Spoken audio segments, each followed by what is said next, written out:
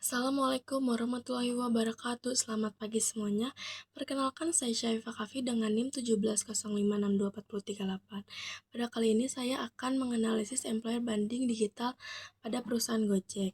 Jadi saya akan menjelaskan secara singkat tentang siapa itu Gojek, bagaimana mereka membangun employer banding dan juga kekuatan serta tantangan yang dihadapinya. Nah, apa itu Gojek? Gojek adalah perusahaan teknologi asal Indonesia yang berdiri dari tahun 2010. Awalnya cuma Gojek online, tapi sekarang udah berkembang jadi sub-app dengan banyak layanan digital, transportasi, makanan, logistik, sampai keuangan lewat GoPay. Sekarang Gojek jadi bagian Goto dari grup bareng Tokopedia. Yang menarik, Gojek nggak cuma fokus bisnis tapi juga punya tujuan sosial, menunjukkan masyarakat dan membuat banyak laporan kerja lewat teknologi. Slide kedua, website karir Gojek. Website karir Gojek tampilan modern dan mudah diakses, baik lewat aplikasi maupun browser.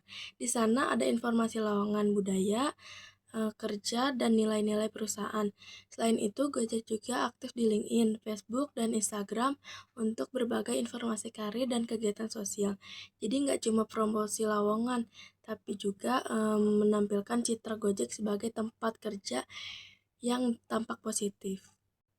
Slide ketiga, perbedaan website karir dan media sosial. Website karir dan media sosial mempunyai fungsi yang berbeda tapi saling melengkapi.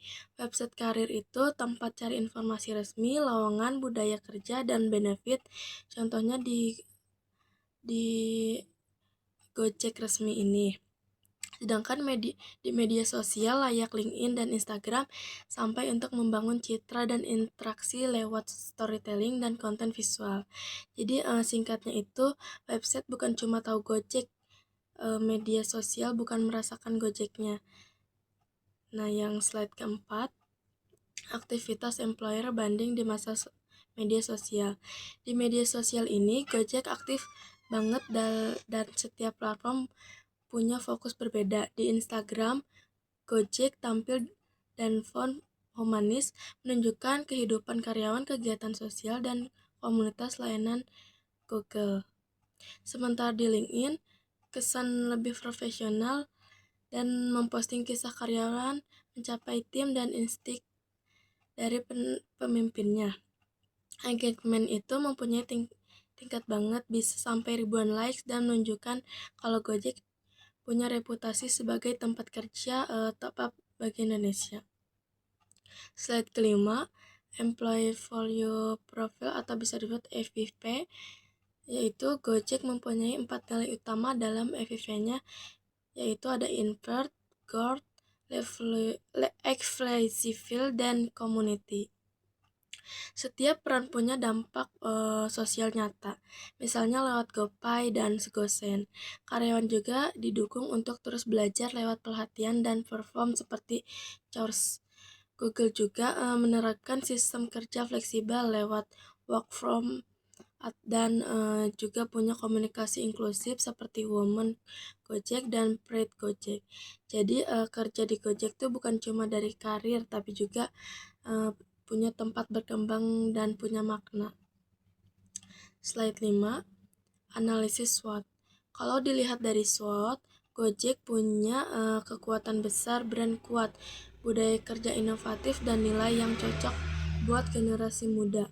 Kelemahannya ada di transparansi gaji yang bukan terbuka dan struktur organisasi yang kompleks setelah manager.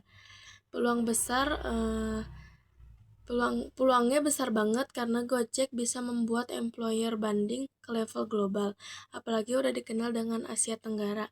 Tapi tantangannya itu kompetensi, maka ada isu instruksinya yang bisa pengaruh ke citra kalau dikelola dengan baik.